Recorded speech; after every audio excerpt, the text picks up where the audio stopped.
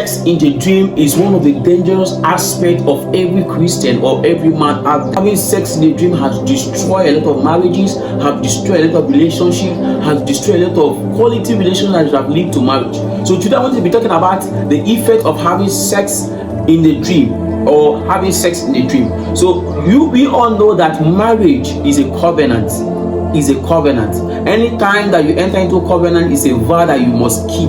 So each time you see somebody having sex in the dream, it is not a good one at all. And one of the causes of having sex in the dream, that whenever you see a man or a woman who is having sex in the dream constantly, is that their instability in relationship.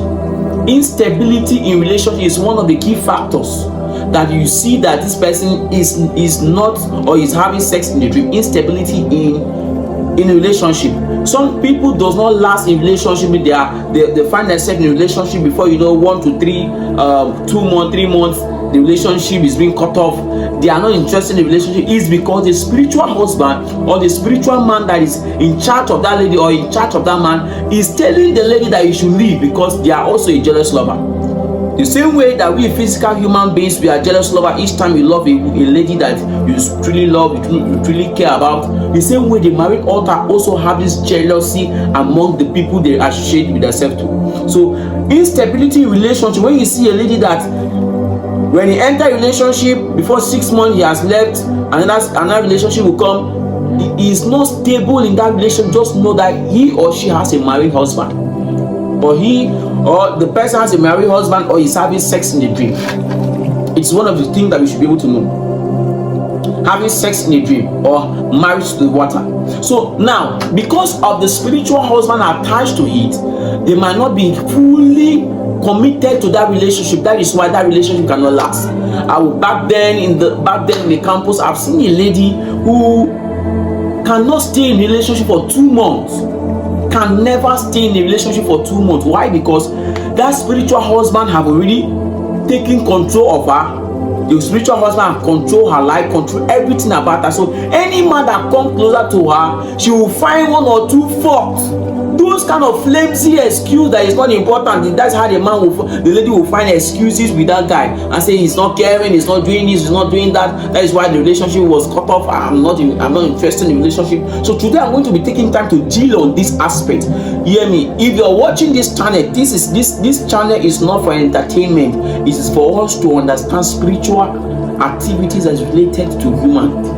And that is why I'm taking my time to discuss this very, very well. So instability in relationship is one of the signs for you to know that this person is having a spiritual husband, or this guy is having a spiritual wife, or this lady have a spiritual husband. Sometimes you can be sleeping with your spouse in the night, and the spiritual husband has come and have sex with his wife or his fiancé in the realm of the spirit. You will see that he will push the guy away out of the bed. I know a lady, when I was praying for her, she said, "Pastor, I always tell my fiancé that if each time you want to have sex with me, you should have sex with me in the daytime, not in the night, because in the night the spiritual husband will come and throw the guy out of the house. When the guy wake up, you see himself in the parlor, but while he was sleeping in the bedroom, but all of a sudden he find himself in the parlor. How come I find myself in the parlor? It's because they are related to the married altars. So it took time for us to deliver that lady, and it's a very dangerous task. So everybody that is facing this kind of challenges, I want you to be rest assured that you are not in this world alone. God wants to help you, and that is why we are bringing this revelation, this understanding to you, that you should be very conscious of that.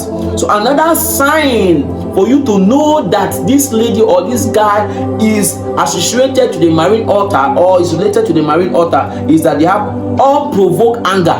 They are prone to anger. Little thing can turn them off. Little thing can make them to be angry, and they can call off the relationship. They can call off anything. Relationship that are built for many years. All of a sudden they call off the relationship. Why? Because the spiritual husband does not want any other person to be entangled with the wife. So some people who wake up in the morning and find themselves they already messed up themselves. They are related in the water. Some people who wake up and find that they have already messed up themselves. They find some cement around them. Some ladies who wake up and see mess around them. We all know these things duly happen. Everybody out there knows.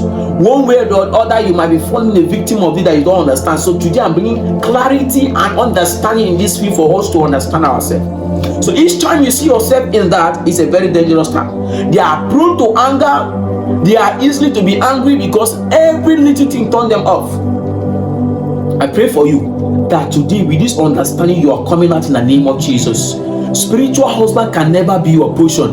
Whatever God has laid into your destiny, most of them normally see those visions. Those spiritual husbands, they always have these visions about your life, about your destiny, so they come to destroy. Seeing yourself in a dream having marriage, or having marriage in a dream, is one of the signs that you are associated to the married altar, or you are married in the water. Do you get now?